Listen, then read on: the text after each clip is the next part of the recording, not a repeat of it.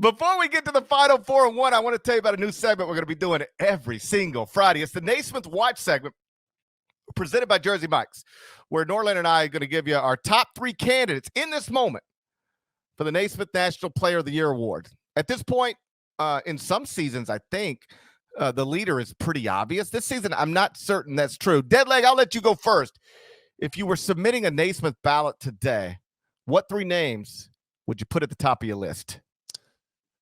Right now, well, first of all, this is a company-wide thing. So I've got to submit a top 10 for the social media. So I did this earlier in the week. I gave them my top 10. They asked for it like on Monday, so I gave it to them Monday.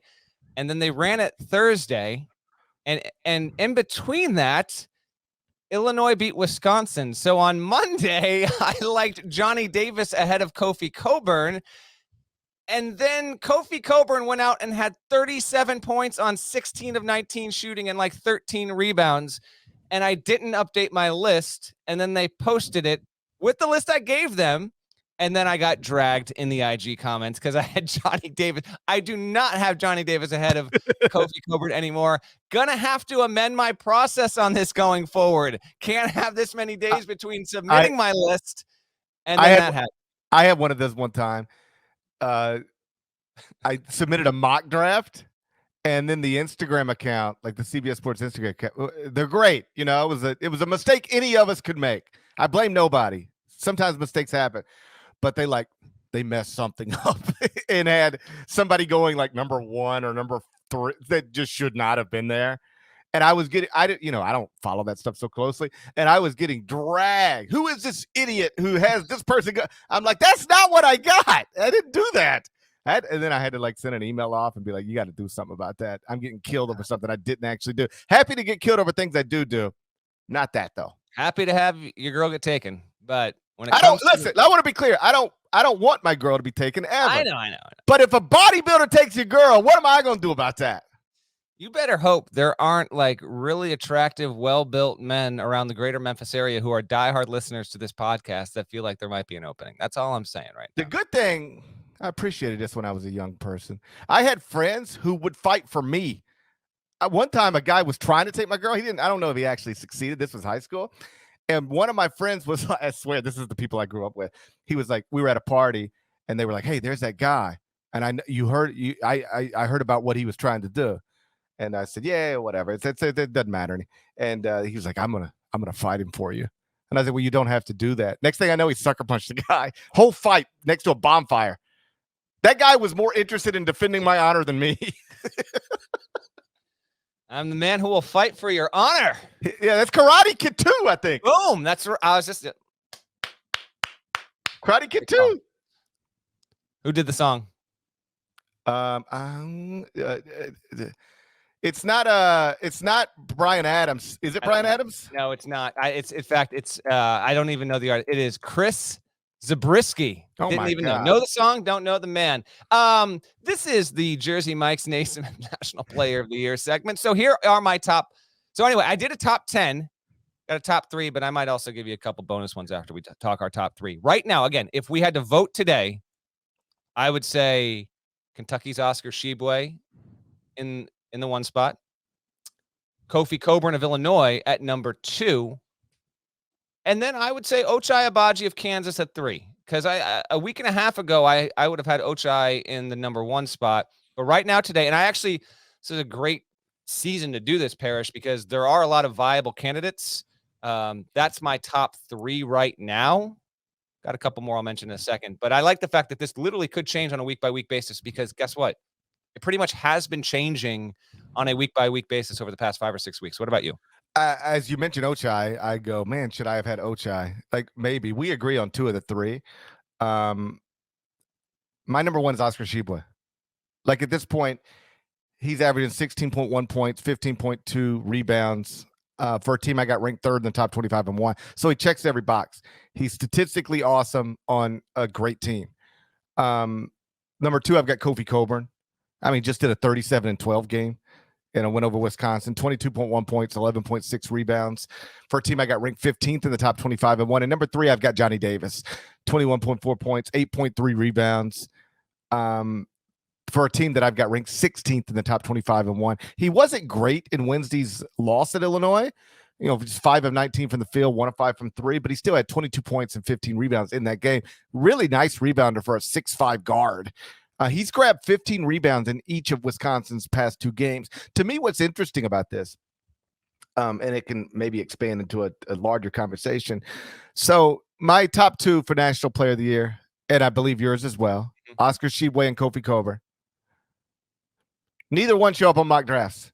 They are awesome college basketball players, but because they are largely digital centers, nobody wants them. Like Oscar is 74th on Sam Vecini's big board for the 2022 NBA draft. He's not in Kyle Boone. Shouts to Strong Jaw. Not in his top 50. Not in Jonathan Gavoni's top 58. And there's only 58 picks in the 2022 NBA draft because NBA teams keep cheating. So like he's not considered a first or second round pick according to Jonathan Gavoni. Kofi, same deal. 64th on Sam's big board. Not in Kyle Boone's top 50, and not in Jonathan Gavoni's first round or second round. Like that's how. If it's 2022, if this were 1992, where would Kofi Cockburn get drafted? Where would Oscar Tshibwe get drafted? Both top 5. If they're having the seasons they're having right now, and it's 1992, it's not even a question. It's which of these two probably is going number 1 overall. Oh, that's kind of unfair because if Jabari Smith was also playing in 1992 doing the things he was doing, he'd be there too. I think here's the interesting thing. In 1992, Jabari Smith wouldn't be doing the things he's doing. Right.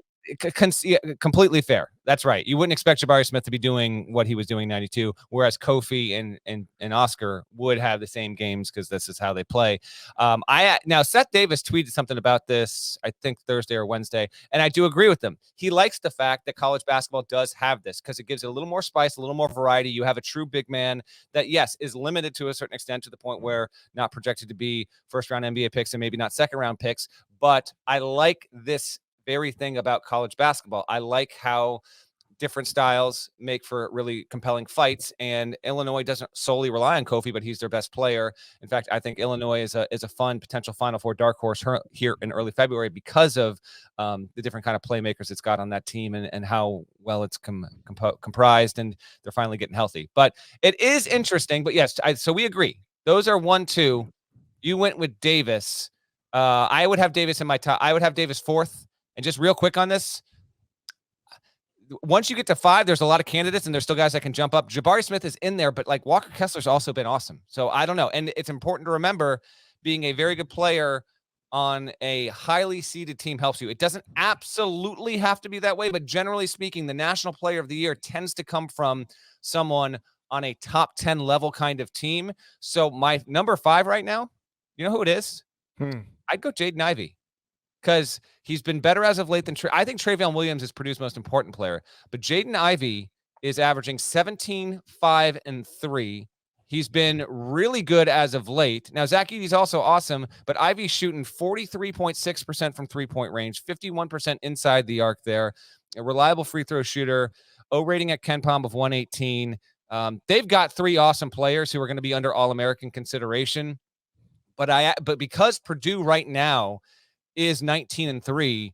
I put Ivey there in the 5 spot for now. He could be down at 10 a week from now. I actually think there's a lot of moving pieces and a lot of different players there overall. And again, that's why I think this is going to be a really fun year to track this because the preseason prognostications have come true, Parrish. We have a lot of really good teams and a lot of players that return to the sport, and the sport collectively having that bonus year. It's led to a lot of guys having awesome seasons, and this is pretty cool. It's actually going to be hard this season to narrow our first, second, and third All-American teams down to 15 players because I think we'll have 25 to 30 guys that'll have a case to be on those teams. Jaden Ivey, favorite basketball player of CBS executives who have to deal with the AFC title game. Do you know how much of a disaster that would have been if he would have missed that shot? If they had gone to OT and yeah. I had a long conversation the other day with somebody, and they were like, he saved us. Like, if that game goes to overtime, it is an actual disaster for CBS Sports. So shouts to Jaden Ivey. Are your go-to game day foods feeling uninspired? Next time, skip the usual suspects and order Jersey Mike's. At Jersey Mike's, they make every sub to order with premium. Fresh sliced meat and cheesesteaks are cooked on a flat top grill. Download their app for delivery, curbside, or in-store pickup. Jersey Mike's is a proud sponsor of the Naismith Award and a proud maker of a sub above.